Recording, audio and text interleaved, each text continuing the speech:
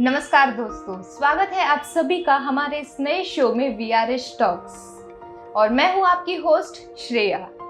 आज का एपिसोड बेहद ही खास होने वाला है क्योंकि आज हमारे साथ जुड़ रहे हैं एक ऐसे डॉक्टर जो ना सिर्फ लोगों की जिंदगियां बदलते हैं बल्कि लोगों का माता पिता बनने का सपना भी पूरा करने में मदद करते हैं। हम स्वागत करते हैं डॉक्टर अखिलेश्वर सिंह जी का। डॉक्टर सिंह ने सैकड़ों लोगों को संतान सुख दिलाने में मदद की है और उनके अनुभव, ज्ञान और संवेदनशीलता उन्हें क्षेत्र में भरोसेमंद नाम बनाती है। आज हम उनसे जानेंगे कि आईवीएफ ट्रीटमेंट क्या है, कैसे किया जाता है, उससे जुड़ी कुछ आम गलतफहमियां क्या है और इस सफर के दौरान एक कपल किस भावनात्मक और सामाजिक चुनौतियों से गुजरता है। साथ ही हम बात करेंगे कुछ नए टेक्नोलॉजीज की, कुछ सक्सेस स्टोरीज की और कुछ ऐसी चीज़ों की, कुछ ऐसी सलाहों की जो हर एक कपल को पता होनी चाहिए। तो चलिए बिना देर किए मिलते हैं डॉक्टर अखिलेश्वर सिंह जी से और जानते हैं इस आईवीएफ की एक खास दुनिया के बारे में। नमस्ते दोस्तों, मैं doctor Akhileshwar Singh, IVF consultant Vishwaraj hospital में। Thank you so much for the kind words for me. आप सभी को और मैडम को ये क्लियर करना चाहूँगा कि मैं एक आईवीएफ कंसल्टेंट हूँ क्योंकि मैं प्रैक्टिस करता हूँ, जो ट्रीटमेंट देता हूँ उसका नाम है इन विट्रो फर्टिलाइजेशन, इसीलिए उनको हम आईवीएफ कंसल्टेंट बोलते हैं। But rather than calling them IVF consultant, मेरे हिसाब से एक बेटर वर्ड होगा फर्टिलिटी कंसल्टेंट और इनफर्टिलिटी कंसल्टेंट, जो किसी भी स्टेज में, इवन प्री मैरिटल से प्री कंसेप्शनल से जब वो इनफर्टिलिटी से डायग्नोस हो चुके हैं, किसी भी स्टेज में जब वो फर्टिलिटी कंसल्टेंट के पास आते हैं तो उसके पास आईवीएफ को लेके, आईवीएफ को छोड़ के बहुत सारे और भी ऑप्शंस होते हैं, from fertility monitoring, follicular monitoring, IUIs and और भी बहुत सारी चीज़ें होती है जिसमें कि वो उनका एक कंसल्टेशन करके फिर ट्रीटमेंट डिसाइड कर सकते हैं। सो इवन पेशेंट्स उनके पास प्री मैरिटल स्टेज में भी, जब वो प्लानिंग स्टेज में है जहाँ पे कि उनकी मैरिज होने वाली है, then also they can come for compatibility कि उनकी मैरिज में कोई प्रीवियस कोई जेनेटिक डिसऑर्डर्स तो नहीं चल रहे हैं, फैमिलीज़ में रन कर रहे हैं, जिससे उनको बेबीज़, आने वाले बेबीज़ में प्रॉब्लम हो सकती है।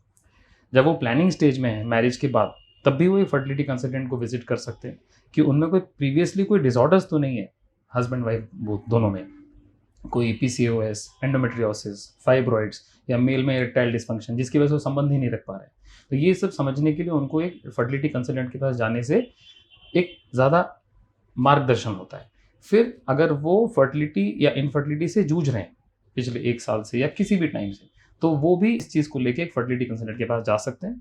उनका एग्जामिनेशन, हिस्ट्री टेकिंग के बाद ये डिसाइड होता है कि उनके लिए क्या ट्रीटमेंट बेस्ट होगा। Just counselling and advising about the fertilization part, उनके साइकिल्स के बारे में या ट्रीटमेंट पार्ट, पूरा प्लान बनाने के बारे में।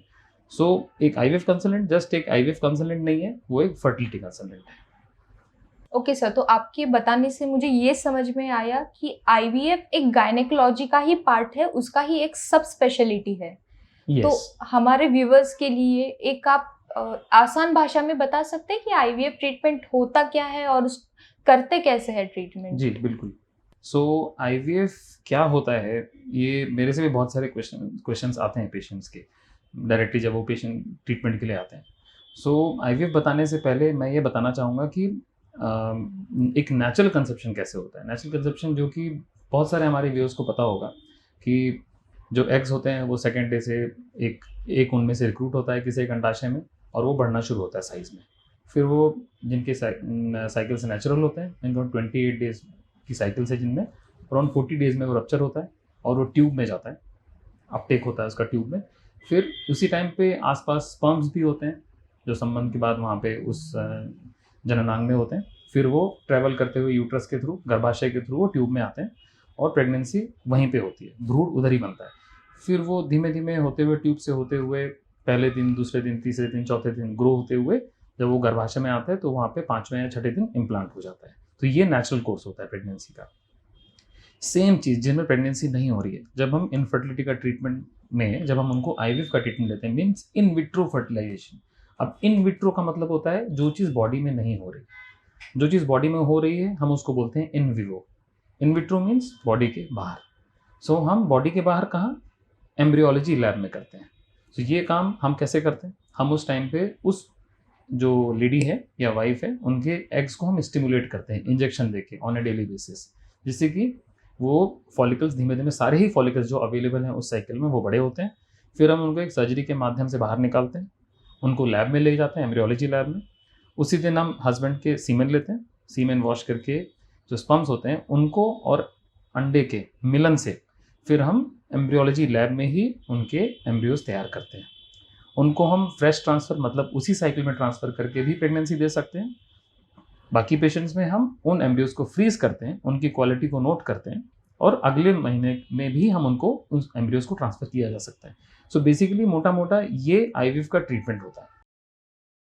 ओके सर, तो जैसे कि आपने कहा कि एक आईवीएफ कंसल्टेंट सिर्फ आईवीएफ ट्रीटमेंट के लिए ही नहीं देखता है, बट उसके बहुत सारे कारण रह सकते हैं। तो आप हमें बता पाएंगे कि पेशेंट किस किस कारण के लिए आपके यहाँ पे आ सकते हैं, और एक पेशेंट को या एक इंसान को कब समझना चाहिए कि उसे एक आईवीएफ कंसल्टेंट को दिखाना चाहिए? जैसे मैंने आपको पहले बताया कि एक फर्टिलिटी कंसल्टेंट केवल इनफर्टिलिटी को ही ट्रीट नहीं करता है, इवन वो फर्टिलिटी के लिए एडवाइस भी करता है कि उनको कब संबंध रखने से प्रेगनेंसी होगी, कौन सा सेफ पीरियड है, कौन सा अनसेफ पीरियड है। कोई अगर उनको प्रॉब्लम्स हैं, अगर उनको कोई प्रॉब्लम्स हैं तो उसको भी एड्रेस कर सकता है। सपोज जैसे मैंने आपको बताया कि मैरिज के पहले भी अगर हस्बैंड वाइफ होने वाले हैं जो, उनको भी वो भी एक फर्टिलिटी कंसल्टेंट को कंसल्ट कर सकते हैं अगर उनके घर में कोई जेनेटिक डिसऑर्डर्स हैं या पहले से कोई बीमारियां हैं दोनों को। सो कंपैटिबिलिटी इश्यूज़ को चेक करने के लिए भी वो एक फर्टिलिटी कंसल्टेंट को कंसल्ट कर सकते हैं। फिर मैरिज के बाद when they are planning for a baby then also they can consult with some complaints। अगर कोई complaints हैं किसी को, जैसे heavy periods या diagnosis of a fibroid या उनको पहले से कोई PCOS है, वेट बहुत ज़्यादा है, लाइफस्टाइल मॉडिफिकेशन चाहते हैं तो भी वो एक फर्टिलिटी कंसल्टेंट को कंसल्ट कर सकते हैं। उसके अलावा और सबसे इम्पॉर्टेंट जो हमारे पास जो ज़्यादा पेशेंट्स आते हैं, जो कि हम एक अवेयरनेस भी फैलाना चाहते हैं पूरे पॉपुलेशन में, कि जब भी एक मैरिड कपल जो विदाउट कॉन्ट्रासेप्शन, अगर वाइफ की एज 35 से कम है और वो प्लान कर रहे हैं प्रेगनेंसी, उनकी प्रेगनेंसी नहीं हो रही है इवन आफ्टर 1 ईयर, सो 1 साल के बाद उनको फर्टिलिटी कंसल्टेंट को कंसल्ट करना चाहिए। और यही टाइम पीरियड जो है वो 6 मंथ्स का हो जाता है अगर वाइफ की एज 35 से ऊपर है। बट ये ऐसा नियम नहीं है। अगर 35 से कम की एज की वाइफ में भी अगर 1 साल से कम ही हुआ है और 35 साल के ऊपर की वाइफ में भी अगर 6 महीने से कम भी हुआ है, तब भी अगर उनको कोई प्रॉब्लम्स हैं, सपोज हैवी पीरियड्स हैं या थायराइड का प्रॉब्लम है या कोई भी और भी प्रॉब्लम्स है, जैसे इरेक्टाइल डिस्फंक्शन है या मेल में कोई सीवियर सीमेन पैरामीटर्स की में प्रॉब्लम्स है या उनको कोई हाइड्रोसील या हर्निया की सर्जरीज हुई हैं पास्ट में, सो वो इस 1 ईयर और 6 मंथ्स के पीरियड के पहले भी कंसल्ट कर सकते हैं और उनको करना चाहिए, जिससे कि वो बेटर वे में अपनी जो पेरेंटहुड है उसको अचीव कर सकें। ओके सर, तो आईवीएफ ट्रीटमेंट क्या होता है, कब किया जाता है, ये तो हमने समझ लिया। पर ये आईवीएफ ट्रीटमेंट कुछ नया है या बहुत टाइम से चलता आ रहा है, उसमें भी कुछ नए एडवांसमेंट्स आ रहे हैं? ओके, सो जैसे आपने पूछा कि आईवीएफ ये एक पुराना ट्रीटमेंट है कि बहुत पहले से है।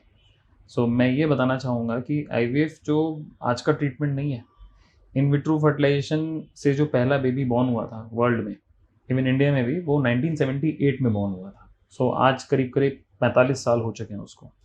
सो उस टाइम जो सक्सेस रेट हुआ करती थी वो basic instruments, basic equipment, basic injections जो भी थे उससे अराउंड 20% के आसपास थी। बट उसके बाद जो एडवांसमेंट्स हुए हैं हमारी फील्ड में, आईवीएफ में, इनफर्टिलिटी ट्रीटमेंट में, they have taken a sea change. Okay, so equipment में एडवांसमेंट्स हुए हैं, हमारे प्रोसीजर्स में, ट्रेनिंग में। Now we are better trained consultants, we have better trained embryologists, labs हमारी एक्रेडिटेड हैं। सो उसमें बहुत सारे एडवांसमेंट्स हुए हैं, इनमें से कुछ मैं बताना चाहूँगा। जैसे पहले हम एग्स और स्पर्म्स को साथ में रखते थे और जिससे कि वो फर्टिलाइज कर सके स्पर्म्स एग्स को। अभी जिनके स्पर्म्स बहुत वीक हैं, कुछ सालों से हम इक्सी कर रहे हैं। इक्सी होता है जो इंट्रासाइटोप्लाज्मिक स्पर्म इंजेक्शन, जिसमें कि वीक स्पर्म्स को हम डायरेक्टली एग के अंदर इंजेक्ट करते हैं। फिर दूसरा होता है एम्ब्रियो बायोप्सी। जैसे वाइफ की एज 35 या 37, इवन 40 के भी ऊपर है, तो उनमें क्रोमोसोमल एनोमलीज होने के चांसेस ज़्यादा होते हैं। तो हम ऐसे एम्ब्रियोज जो बनते हैं उन पेशेंट्स में, उनको हम कुछ सेल्स को निकाल के उनको जांच के लिए भेज सकते हैं। कि उनमें कोई जेनेटिक प्रॉब्लम्स या क्रोमोसोमल अनोमलीज तो नहीं है। फिर आज और भी टेक्नोलॉजीज़ हैं जैसे लेज़र हैचिंग, जिनके एम्ब्रियोज जो ऐसा लगता है कि जिनमें हैचिंग में प्रॉब्लम हो सकती है, उनको हम लेज़र की मदद से हम उनको हैचिंग भी कर सकते हैं ट्रांसफ़र के पहले। फिर और भी चीज़ें हैं जो कि पेशेंट बेनिफिट में बहुत काम आती हैं आज की डेट में, जैसे हम एआई को भी इंक्लूड कर रहे हैं अभी तो, आर्टिफिशियल इंटेलिजेंस को। ओके, सो एंड जैसे एम्ब्रियोस्कोप, टाइम लैप्स, उसमें क्या होता है कि हम इवन एम्ब्रियोज को हम बिना बाहर निकाले इंक्यूबेशन में रखे रखे ही हम देख सकते हैं कि एम्ब्रियो की ग्रोथ कैसी हो रही है। तो इससे पेशेंट को भी हमें ये काउंसल करने में और बताने में आसानी होती है कि उनके एम्ब्रियोज की ग्रोथ कैसी हो रही है। So this is all part of advancements. फिर IMSI, PICSI, PICSI इसमें, और डिफरेंट जो आजकल जो स्पर्म के जो सॉर्टर्स हैं जिनमें कि अच्छे स्पर्म्स मिलने की संभावना बढ़ जाती है, इस तरह की डिवाइसेस भी आने लगी हैं। सो AI को लेके मुझे तो लगता है कि IVF का फ्यूचर बहुत ही ब्राइट है, क्योंकि जो पहले सक्सेस रेट हमारी 20% हुआ करती थी, वो आज मैं व्यूअर्स को बताना चाहूँगा कि global success rate around 40 to 50 और कहीं कहीं जगह 60% भी है। हम अचीव करना चाहते हैं 80%, जो कि इन एडवांसमेंट्स और इक्विपमेंट में जो जो हमारी जो जितने भी एडवांसमेंट्स हो रहे हैं उससे ये सब पॉसिबल है। और हाँ, मैं ये भी बताना चाहूँगा कि मैं जिस हॉस्पिटल में, ये विश्वराज हॉस्पिटल में, हम इनमें से बहुत सारी टेक्निक्स इवन जो पेशेंट्स के लिए ज़रूरी है, जैसे laser hatching, ICSI, sperm sorters, ये सारी टेक्निक्स, इवन एम्ब्रियो बायोप्सी को हम यूज़ करते हैं, और जिससे कि पेशेंट की सक्सेस रेट को ज़्यादा से ज़्यादा बढ़ाया जा सके उन पेशेंट्स की नीड्स को समझ के। तो हम सारी ही चीज़ें, इन एडवांसमेंट्स को यूज़ करना चाहते हैं, और फ्यूचर में हम चाहते हैं कि और से और भी चीज़ें, इक्विपमेंट हमारे हॉस्पिटल में और भी यूज़ की जाएंगी। IVF का इलाज करवाना भावनात्मक रूप से थोड़ा भारी हो सकता है। कपल काफी मानसिक तनाव और सामाजिक डर से गुजर रहे होते हैं। Yes. तो ऐसे में आप आपके पेशेंट्स का कैसे साथ देते हैं? ओके, सो आपने सबसे इम्पॉर्टेंट बात पूछी है मुझसे IVF ट्रीटमेंट के दौरान, जो फर्टिलिटी के ट्रीटमेंट के दौरान जो होती है, वो है भावनात्मक, मीन्स इमोशनल जो पार्ट है उस ट्रीटमेंट का। सो उसके लिए सबसे इम्पॉर्टेंट मैं मानता हूँ कि जो भी पेशेंट जब हमारे पास आते हैं तो उनको अप्रोप्रिएट टाइम देना बहुत ज़रूरी होता है कंसल्टेशन में। जब भी पेशेंट हमारे पास आता है तो एक कंसल्टेंट को या जो भी इस डिपार्टमेंट में जो भी लोग हैं, उनको एक अप्रोप्रिएट टाइम उनको देना बहुत ज़रूरी है, उनकी प्रॉब्लम्स को सुनना। कि जब भी और सबसे ज़्यादा ज़रूरी मुझे और भी लगता है दूसरी चीज़, कि जब भी एक हस्बैंड या वाइफ आते हैं उनको सुनना चाहिए, बट मुझे ये भी लगता है कि एक कपल अगर मेरे पास आता है तो वो एक दूसरे की प्रॉब्लम्स को मेरे सामने बता के, वो जो भी स्ट्रेस उनको उस टाइम पे या बाद में होगा, वो उसको अच्छे से कोप अप कर पाते हैं एक दूसरे के साथ, अगर वो एज ए कपल हमारे पास आते हैं तो। तीसरी चीज़ जो इम्पोर्टेंट है वो है स्टाफ ट्रेनिंग। मेरा स्टाफ जो है वो बाकी जो हॉस्पिटल का स्टाफ है उनसे काफ़ी अलग है। हम जो पेशेंट्स डील करते हैं, जो एक कपल जो डील करते हैं, वो काफ़ी स्ट्रेस के थ्रू जा चुका है, और आज की डेट में भी जब वो आया है हमसे मिलने तो अपने काम छोड़ के बहुत सारे पीछे जिम्मेदारियों के साथ आया है, बहुत स्ट्रेस के में है। सो हमारा जो स्टाफ है उसकी ट्रेनिंग एक बहुत अलग तरह से होती है। इवन जो सिस्टर्स हैं, जो हमारा ग्रुप डी एम्प्लॉई है, जो मतलब जो सफाई कर्मचारी है, एम्ब्रियोलॉजिस्ट हैं, जूनियर कंसल्टेंट हैं, हमें उनकी भी ट्रेनिंग करनी होती है कि हर एक पेशेंट से कैसे बात करनी है, उनकी प्रॉब्लम्स को समझना है, किसी भी चीज़ को मतलब बिना आंसर के पेशेंट वापस नहीं जाना चाहिए। फिर होता है एक काउंसलिंग जो होती है, उसका एक इम्पॉर्टेंट पार्ट होता है कि पेशेंट को उसकी डायग्नोसिस जो है वो समझ में आए, पेशेंट को बीमारी क्या है, किस लिए ट्रीटमेंट दिया जा रहा है। बहुत जगहों पे यही समझ में नहीं आता पेशेंट की उनको डायग्नोसिस क्या है। क्यों? क्योंकि मैं बताना चाहूँगा कि बाकी सर्जिकल स्पेशलिटीज़ में जो बीमारी है उसका ट्रीटमेंट एक सर्जरी से हो जाता है, बट IVF में इनफर्टिलिटी का ट्रीटमेंट जो है कभी कभी बहुत लंबा चल सकता है, और ये जो लंबा पीरियड है काफ़ी स्ट्रेसफुल हो सकता है। तो इस केस में हमें पेशेंट को समझाना बहुत ज़रूरी होता है कि उनकी डायग्नोसिस क्या है, उनका ट्रीटमेंट क्या होने वाला है इस 1 से 2 महीने या 3 महीने के पीरियड में, जिससे कि उनका स्ट्रेस लेवल कम हो सके। और ये कभी कम होगा जब हम उनको ढंग से समझाएं, उनकी डायग्नोसिस, हस्बैंड वाइफ दोनों आएँ, और उनको ये इंश्योर किया जाए कि हमेशा कॉन्फिडेंशियलिटी मेंटेन की जाएगी। उनकी जो बीमारी है वो मेरे और उन दोनों के बीच में ही रहेगी, इवन उनके पेरेंट्स भी इसके बीच में नहीं आ सकते। सो ये सब चीज़ों से हम ये इंश्योर करते हैं कि पेशेंट को जो फाइनेंशियल स्ट्रेस, उनका जो professional stress, even physical pain जो होने वाला है, जो उनको इंजेक्शंस लगने वाले हैं, उन सब को भी हम काफ़ी हद तक कम कर सकें। तो ये हमारी कोशिश हमेशा रहती है। ओके, तो सर हमारे व्यूवर्स का नेक्स्ट क्वेश्चन ऐसा है कि जो लोग गांव में रहते हैं उनके लिए क्या आईवीएफ ट्रीटमेंट में कोई दिक्कतें आ सकती है या आसान होता है? ओके ओके, ये जो ट्रीटमेंट है इसमें जब ट्रीटमेंट स्टार्ट होता है तो स्टार्टिंग में ही काफ़ी सारे इंजेक्शंस लगते हैं एक लेडी को, जिसके लिए पहले मतलब कि काफ़ी साल पहले और अभी भी कुछ जगह पे डेली आना पड़ता था इंजेक्शंस के लिए एक वाइफ को या लेडी को या ट्रीटमेंट लेने के लिए। बट ऐसा अभी नहीं है।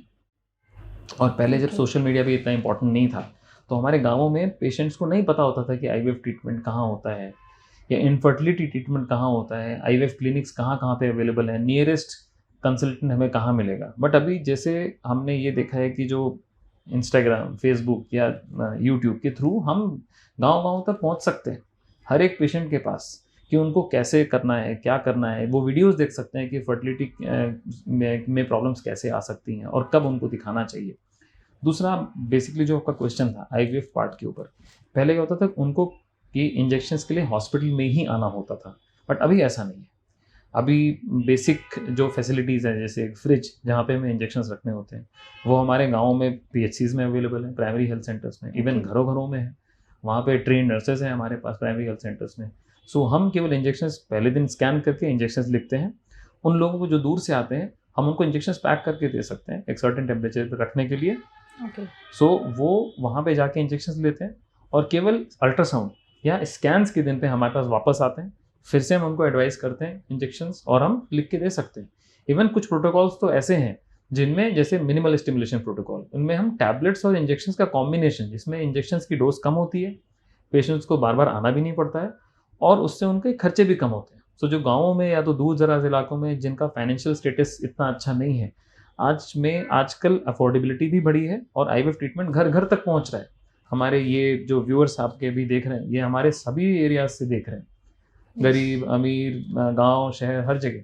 सो ये जो पहुंच हमारी बढ़ी है, आईवीएफ ट्रीटमेंट भी हर दूर दराज के इलाकों में भी हो रहा है। सो यही मैं बताना चाहूँगा कि गाँवों में ये ट्रीटमेंट केवल शहरों का है ऐसा अब नहीं है बिल्कुल भी। नए नए प्रोटोकॉल्स और इंजेक्शंस के रखने की सहूलियत जो हमारे पेरिफेरीज में है उसको Okay. देखने के बाद, उसको जानने के बाद ऐसा लगता है कि कोई भी ट्रीटमेंट करा सकता है आज की डेट में। तो सर इसी से जुड़ा मुझे और एक सवाल आपको पूछना है जो कई सारे लोगों का रहता है कि क्या ये ट्रीटमेंट महंगा होता है? क्या मिडिल क्लास लोग इसे अफोर्ड कर पाएंगे? ओके, सो कॉस्ट को लेके हाँ, ये मेरे भी बहुत सारे क्वेश्चंस होते हैं पेशेंट्स के मेरे लिए कि कॉस्ट फैक्टर कितना इम्पोर्टेंट है। सो अभी हम फिर से कुछ साल पहले जाएंगे जहाँ पे कि इंजेक्शंस बहुत ही कम कंपनीज बनाती थी, इक्विपमेंट एक दो ही कंपनीज बनाती थी, उसकी वजह से उनका कॉस्ट भी ज़्यादा था, इंस्टॉलेशन का कॉस्ट ज़्यादा था, सो ट्रीटमेंट का कॉस्ट डेफिनेटली ज़्यादा होता था। बट अभी बहुत सारे हमारी कंपनीज जो फार्मा कंपनीज हैं जिनके इंजेक्शंस बनते हैं, टैबलेट्स हैं, वो काफ़ी सारी कंपनीज मार्केट में हैं, एडवांसमेंट्स हुई हैं जिससे कि प्रोडक्शन कॉस्ट कम हुई है, जिससे कि हमारा आईवीएफ ट्रीटमेंट अभी जो पहले 10 साल पहले जो होता था, मे बी 5 साल पहले, उसका हाफ द कॉस्ट है।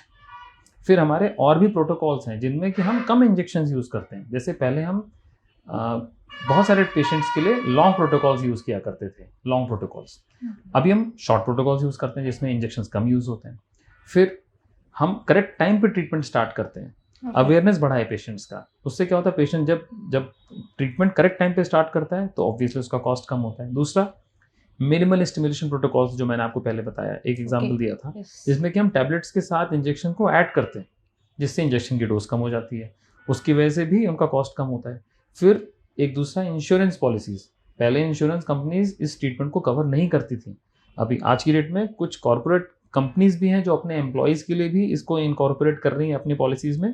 इवन 2-3 कंपनीज हैं जो आज की डेट में up to certain amount, up to certain cycles reimburse करती हैं और इवन कैशलेस में भी ये आने की पूरी संभावनाएं हैं। सो ये डेफिनेटली अफोर्डेबल है और आज की डेट में और आने वाले दिनों में ये और भी अफोर्डेबल होने वाला है। ये ट्रीटमेंट, आईवीएफ का ट्रीटमेंट डेफिनेटली अफोर्डेबल होने वाला है। ओके, तो सर मुझे लगता है कि हमारे व्यूवर्स का जो मेजॉरिटी मिसकंसेप्शन होता है कि आईवीएफ ट्रीटमेंट बहुत महंगा होता है वो दूर हो गया होगा। तो अब हम बढ़ते हैं अपने अगले क्वेश्चन की ओर, जो कि है कि आईवीएफ ट्रीटमेंट के सफल होने में सबसे ज़्यादा किन चीज़ों का योगदान होता है? ऐसे कुछ फैक्टर्स जो हमें याद रखने चाहिए। सो आईवीएफ सक्सेस, ये एक इम्पॉर्टेंट क्वेश्चन है। ये सारे क्वेश्चंस के बाद सो बेसिकली इसका एक बहुत बड़ा एक्सप्लेनेशन है जो कि हम एक अलग वीडियो बना सकते हैं इसका व्यूअर्स के लिए, बट मैं इसको शॉर्ट में समझाना चाहूँगा कि सक्सेस जो आईवीएफ की होती है उसमें मल्टीपल फैक्टर्स हैं। उनमें से एक फैक्टर है पेशेंट फैक्टर, फिर एक है फैसिलिटी फैक्टर, कुछ स्ट्रेस लेवल्स।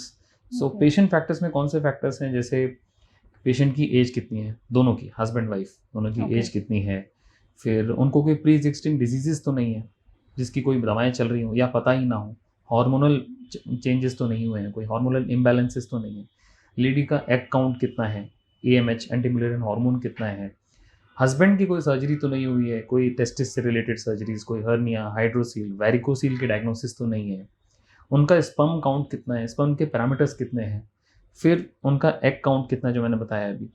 उसके बाद जब हम आईवीएफ करते हैं उस प्रोसीजर के दौरान जब उनको इंजेक्शंस दिए जाते हैं एग रिट्रीव करने के लिए, ओवरी को स्टिमुलेट करने के लिए, तो उसका रिस्पॉन्स कैसा है, जो कि हर पेशेंट का अलग अलग होता है। ये रिस्पॉन्स कैसा है, मेडिसिन से उनकी बॉडी कैसे रिस्पॉन्ड करती है।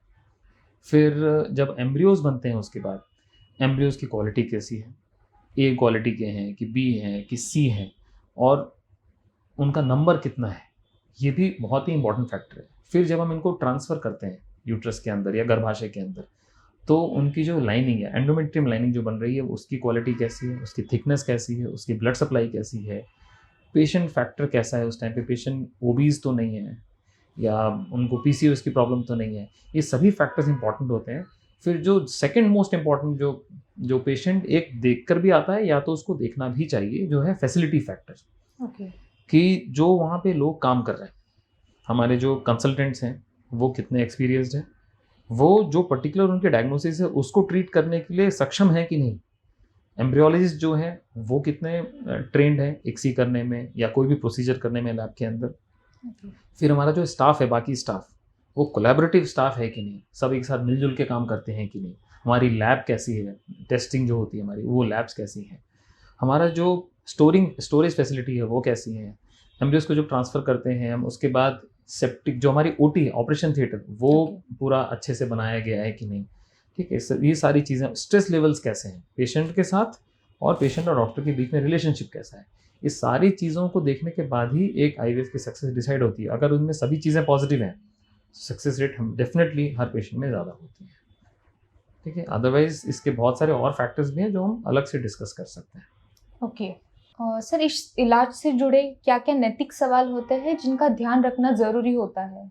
जो आपने अभी पूछा नैतिक सवाल, आईवीएफ में सबसे इम्पॉर्टेंट जो हम ट्रीटमेंट के टाइम पे सोचते हैं पेशेंट्स के बारे में, वो यही होता है कि हम how ethical we are and हम एथिकली कितना हम पेशेंट के ट्रीटमेंट में योगदान दे सकते हैं सही तरीके से।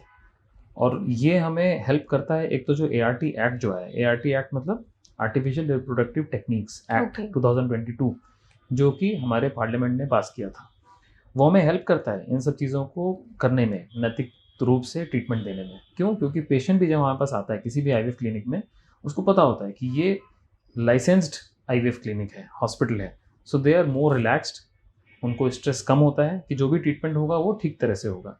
सबसे इम्पॉर्टेंट जो नैतिक इशू आता है वो हमें होता है कॉन्फिडेंशियलिटी का।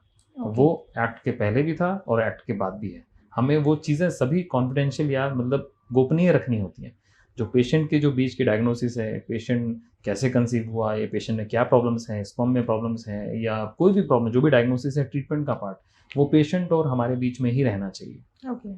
तो ये बहुत इंपॉर्टेंट चीज़ होती है कि उस पेशेंट को और जो एम्ब्रियोज हैं वो हमारे पास होते हैं, वो फ्रोज़न होते हैं, तो उसका रिकॉर्ड रखना, पेशेंट को हर चीज़ मतलब ट्रांसपेरेंट वे में बताना कि उनके कितने एम्ब्रियोज हैं, कितने एग्स थे, उनका आउटकम क्या था, स्पर्म की क्वालिटी कैसी है। आजकल बहुत सारी ऐसी चीज़ें हैं, जैसे मैंने आपको बताया एम्ब्रियोस्कोप में पेशेंट खुद देख सकता है वीडियो में कि उनके एम्ब्रियोज कैसे ग्रो हो रहे हैं। So these are all possible because of technology. So technology से हम पेशेंट को एक्चुअली दिखा सकते हैं कि उनके स्पर्म्स कैसे हैं। जैसे कि कंप्यूटर असिस्टेड सीमेन एनालिसिस में हम पेशेंट के स्पर्म्स का वीडियो भी सेव करते हैं, ऑटोमेटिकली सेव होता है, तो उसमें पेशेंट देखता है कि उनके स्पर्म्स का क्वालिटी कैसी है। देन एम्ब्रियोज बनते हैं तो एम्ब्रियोस्कोप में भी पेशेंट देख सकता है कि उनके एम्ब्रियोज कैसे ग्रो हो रहे हैं।